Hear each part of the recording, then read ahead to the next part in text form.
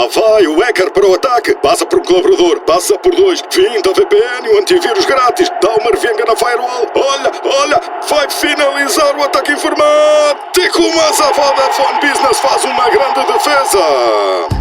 Agora a sua empresa pode ter a melhor defesa contra ataques informáticos. Com os seus equipamentos protegidos com o Trend Micro, a partir de 1,70€ por mês, o seu negócio pode tudo. Together we can. Vodafone Business.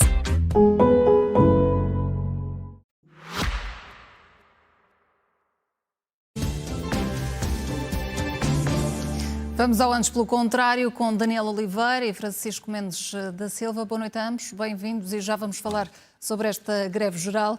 Mas antes comecemos pela polémica em torno do almirante Gouveia e Melo e aquilo que o motivou a avançar. Daniel, sempre que Gouveia e Melo fala, entra em contradição, como disse Luís Marcos Mendes? Olha, Gouveia e Melo tinha tudo, eu acho que Gouveia e Melo tinha tudo a favor dele. Bem, dos 3 candidatos que as sondagens dizem que podem ir à segunda volta, para além dele, tem Luís Marcos Mendes, que eu acho que está bastante preso, e por uma estratégia certa, mas está bastante preso ao PSD, contra o qual é possível utilizar o argumento de que quer levar São Bento para o Palácio de Belém, e contra o qual a lógica do cesto, dos ovos no cesto, já bastante conhecida, jogará contra. André Ventura está com o tal vício na atenção, que isto começou com os cartazes, agora vai numa espécie de estado de emergência, começa a aumentar a parada tão cedo que acho que ainda o vamos ver no fim da campanha no Rossio para continuar a ser notícia, porque é a única forma dele conseguir fazer esta campanha, ir aumentando a parada. E seguro, teve aquele momento absolutamente infeliz, mas sintomático, de não conseguir dizer que é de esquerda, nem sequer que é socialista, tendo em conta o estranho que foi o líder do Partido Socialista. Conseguiu dizer que é da esquerda moderada e moderna. Depois, conseguiu dizer isto. Que é ainda pior, porque ele disse, começou por não dizer, e depois, uns dias depois... Depois de ser pressionado. Eu não sei, teve a pensar se era de esquerda, teve a matutar se afinal é de esquerda ou não, o que passa exatamente a ideia de um cálculo que é mau do ponto de vista, porque nós aqui conta muito o caráter, o perfil da pessoa.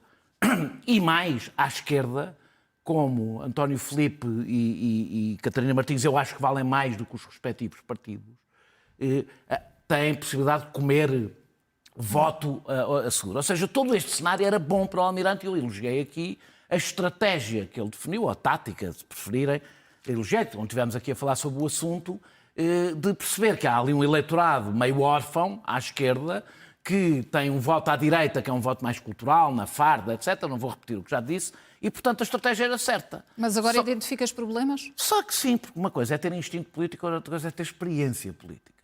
Portanto, uma coisa é definir bem a linha, e depois é onde se nota a experiência política, é na capacidade de o fazer com todas as pequenas nuances, cuidados, etc. E há o risco sério de Gouveia e Melo começar a parecer um catavento. Foi uma expressão que foi utilizada em relação ao Marcelo Rebelo de Sousa. Aliás, eu vi, ele disse que vetava a lei laboral e agora já veio elogiar o espírito reformista do governo que o governo mostra na lei laboral. Ou seja, além de ter que mostrar maior sobriedade, fazer ataques à Lusa, porque citou uma parte do livro dele é um absurdo, tem que definir, a sobriedade ajuda, aliás, a não cometer estes erros, a não começar a dar muitas guinadas. A campanha serve, que eu termino, não serve só para testar as posições, e no caso de Gouveia e Melo isso é especialmente importante, porque é o único que não teve atividade política anterior. Também é uma espécie de teste de stress, como se faz aos bancos. E esta semana, especificamente, o teste de stress não correu bem ao Almirante. Francisco, na tua visão, a imagem de um triunfo robusto à primeira volta fazia parecer que ao Almirante bastava, de facto, aparecer, mas tem cometido deslizes, Gouveia e Melo? Bem, antes de mais eu devo dizer que sobre este tema eu falo sempre, inevitavelmente, na qualidade de apoiante de Luís Marcos Mendes, de cuja comissão política, aliás, eu sou. Eu digo isto não só por uma declaração de interesses, por muito repetitiva que possa ser, por respeito aos nossos telespectadores, mas porque também é onde compreender que eu tenho tendência para olhar para para os outros candidatos a partir do prisma do contraste com o Luís Marcos Mendes. Eu até acho que é útil neste caso, porque reparem, no caso de todos os candidatos que eu julgo que podem passar à segunda volta, o que este contraste me diz são duas coisas essenciais. E a primeira é de que Luís Marcos Mendes é o único que tem um caminho que se mantém ainda fiel ao caminho que definiu no início. Me parece um caminho, se calhar porque é mais fácil, porque é o único candidato verdadeiramente típico, no sentido em que é um candidato que vem de um dos dois espaços principais da democracia portuguesa, neste caso o centro-direita, e que tenta mostrar a sua capacidade mais abrangente, não só por causa do seu estilo de fazer pontos. Não sabemos que é uma pessoa que ainda vem daquele ambiente pré-2015, se quiserem, em que a vida política portuguesa não estava assim tão crispada e, portanto, conversações normais entre a área do PS e a área do PST eram mais comuns do que são agora. E, por outro lado, é o único candidato, parece-me a mim, que não se define por contraposição aos outros. Todos os outros candidatos, e eu já vou falar de Gouveia Melo, são candidatos que não se percebe bem qual é que é o espaço que querem ocupar, ou seja, não se percebe muito bem qual é que é a sua estratégia ou tática, a não ser que querem atacar Luís Marcos Mendes. O caso de António José Seguro é um caso evidente. Desde logo quando se encaixa... Quer dizer, o único lote de apoiantes que nós conseguimos definir e que ele deixou que se passasse é a ideia de que os passistas estão com António José Seguro, como é evidente, sejam lá quantos forem e quem forem, não há nenhum passista que esteja com António José Seguro por causa de António José Seguro. Estão para serem contra aquilo que vem como o candidato do montenegrismo, bem ou mal. Depois a ideia tática de que tem medo de dizer que é de esquerda é uma coisa completamente absurda, como aliás disse o Daniel e muito bem. Mas alguém tinha dúvidas? Alguém tem dúvidas? Alguém levará a mal se António José Seguro, que foi líder do Partido Socialista, líder da bancada do Partido Socialista, líder da Juventude Socialista, disser que, enfim, tende para o socialismo? Eu acho que não. Ninguém o está a meter numa gaveta. Estamos a reconhecer qual é que é o percurso político e a origem política e a sua fidelidade ideológica. E, portanto, um candidato, muito sinceramente, que tenho vergonha de dizer isto, eu acho que mostra uma total incapacidade de ter ideias fortes, como é necessário que se tenha na presidência da República. Sobre André Ventura não vou dizer muito mais, ele está numa deriva, muito mais do que o Daniel já disse, está numa deriva para o radicalismo porque quer polarizar, e eu acho que aquilo já é mais um bocadinho psicológico ou psiquiátrico, não sei, porque é uma ânsia de aparecer sempre com coisas cada vez mais chocantes. Sobre o Gouveia Melo, é muito interessante, porque Gouveia Melo, e eu sempre disse que a sua aura antissistema, ou para além do sistema, não era de um radicalismo ou de um extremismo comparável à Ventura, mas era verdade que ele queria absorver essa vertigem antissistema que hoje em dia se vive nas democracias ocidentais e também em Portugal. Mas a partir daí há vários zigue-zagues que são incompreensíveis. Em primeiro lugar, para uma pessoa ser antissistema ou para lá do sistema e querer planar nestas eleições acima da vida partidária, é verdadeiramente incompreensível como é que se escolhe Rui Rio como o seu mandatário. Porque isso significa que Gouveia Melo não só entra na vida partidária, mas como se enfia de cabeça no que de mais politiqueiro tem a vida partidária portuguesa, que são as guerras internas do PSD. E isso vê-se de cada vez que Rui Rio fala em nome da candidatura de Gouveia Melo, só o faz para atacar Marcos Mendes, o que é uma coisa absolutamente extraordinária. Depois, no final do verão, tivemos um almoço com André Ventura, organizado pelo seu principal financiador e apoiante, almoço reconhecido, que a existência desse almoço reconhecida por Gouveia Melo, e que mostra que, de facto, houve a tentativa de entendimento com Ventura para Ventura não avançar. Depois disto, há as declarações sucessivas sobre estar à esquerda, essa ideia, Francisco. É um socialista democrático, o seu modelo de presidente é Mário Soares.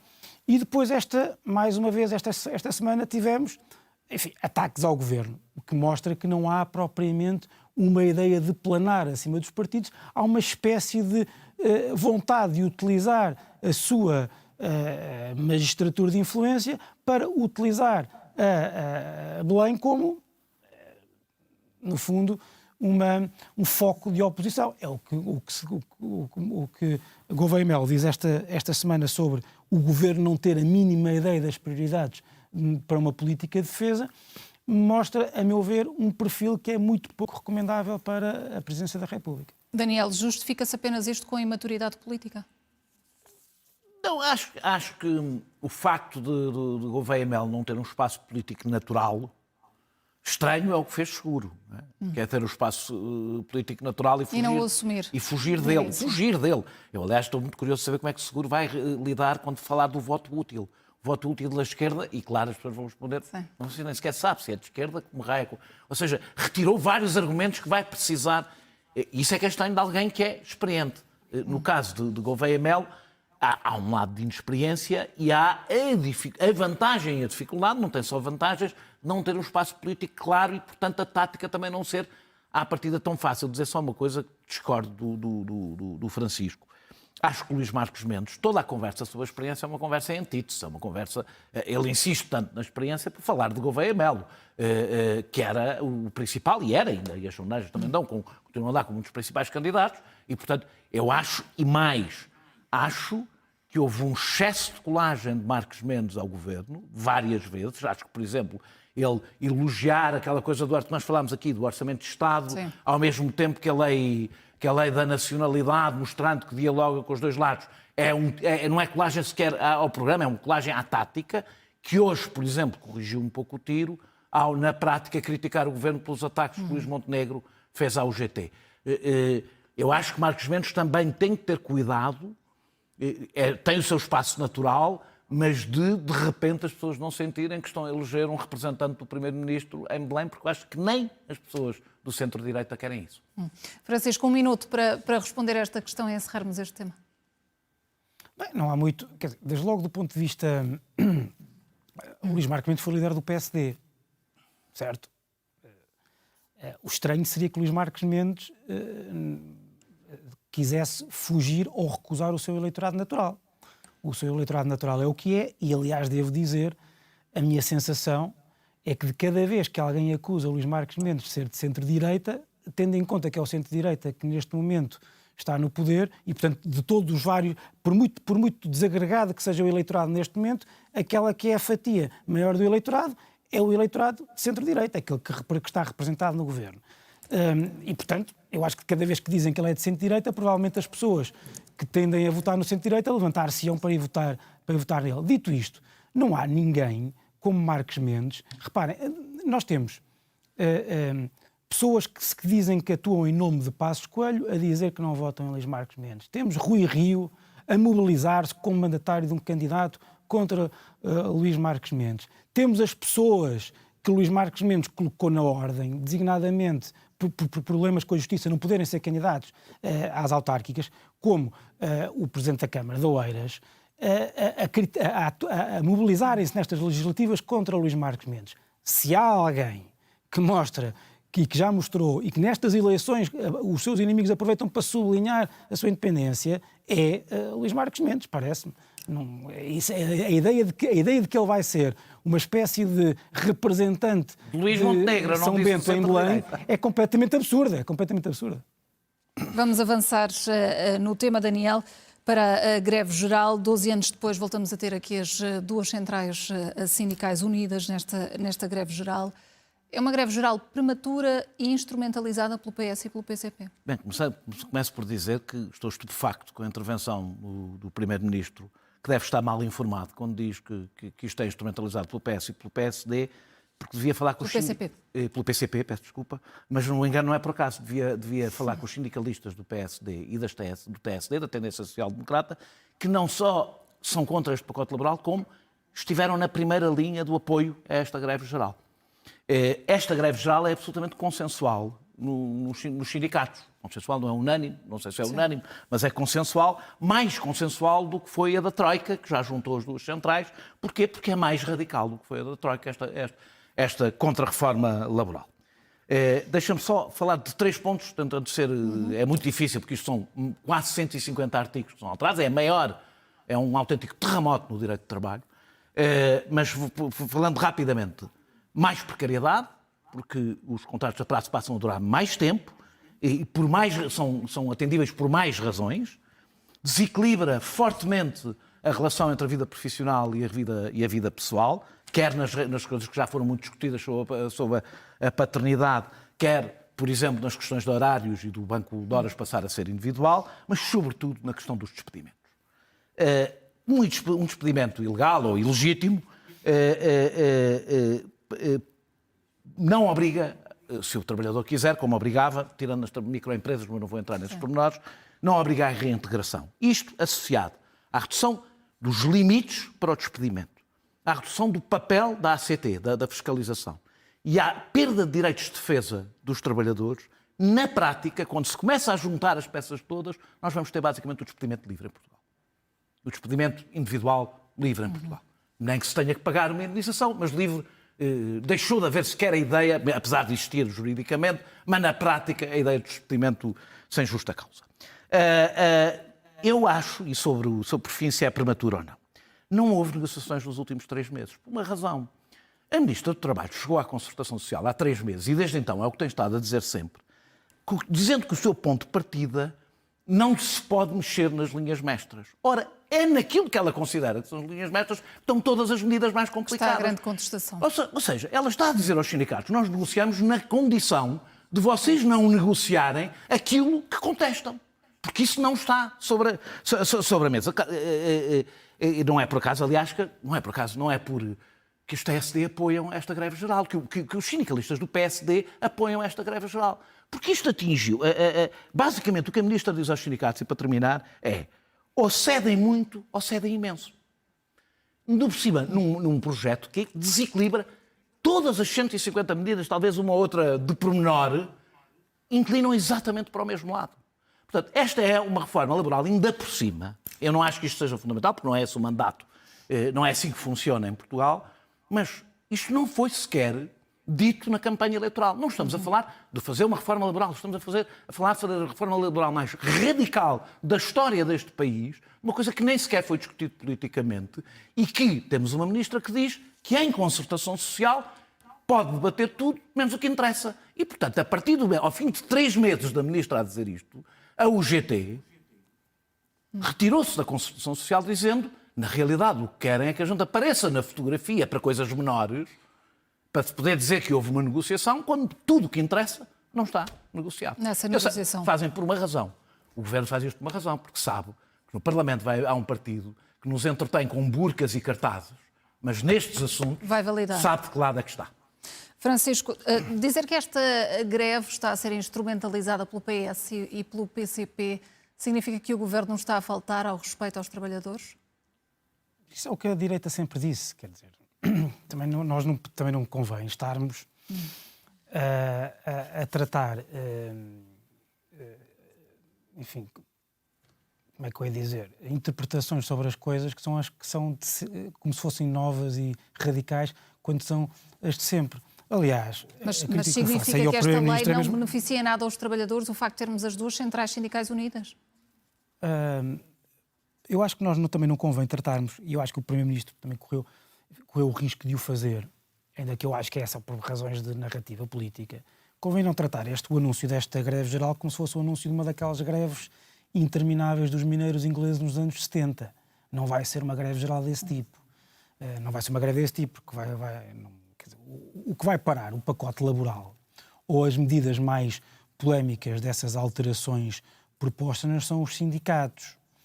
A greve vai ser uma greve de um dia, essencialmente concentrada na função pública, sobre medidas que as pessoas ainda não perceberam, num contexto de recuperação de rendimentos, o que faz com que também não vá haver propriamente um grande apoio popular à greve, ainda antes de haver um consolidado um projeto de lei ou uma proposta de lei a apresentar à Assembleia da República, num contexto em que os sindicatos, por culpa própria, perderam muito poder porque estiveram calados durante todo o tempo da geringonça, aí sim maniatados pelo Partido Comunista, em que o sindicalismo se desagregou por outras realidades, como muito bem, aliás, o Daniel, ao longo da história dos nossos debates, foi sempre sublinhando. O que vai parar este pacote laboral, ou que vai definir se algumas das medidas mais polémicas avançam ou não, é a negociação parlamentar. E aí devo dizer que eu não tenho a certeza absoluta, como pelos vistos o Daniel tem, de que o Chega esteja pelos ajustes. Porque, muito sinceramente, é óbvio que o PS não vai aprovar, a não ser não aprovaria uma coisa sequer parecida com o que está em cima da mesa. Mas tenho muitas dúvidas que o Chega o vá fazer. Porque o Chega, se há coisa que não é um partido, digamos, reformista, é um partido retrógrado e bastante reacionário e cheio de medo do povo. A única coisa que esta greve geral pode fazer é amedrontar o Chega. Isso sim. Há uma ideia de que, já se viu, André Ventura já está a querer maniatar ou controlar o governo. Francisco, mesmo para concluir, que já terminamos o nosso tempo. Sim, só para dizer isto, quer dizer, há uma ideia à direita de que é preciso acabar com as linhas vermelhas porque é preciso aproveitar a maioria de direita que há no Parlamento para fazer reformas a sério. É a ideia, a meu ver, que está subjacente à investida iminente ou sempre presente de Passos Coelho e dos seus apoiantes. Eu acho que, se calhar, vamos ver, na reação do Chega a estas medidas, que o Chega não é, de facto, uma força reformista para nada. Vamos ver se assim o percebemos. Francisco Mendes da Silva, Daniel Oliveira, boa noite. Obrigada.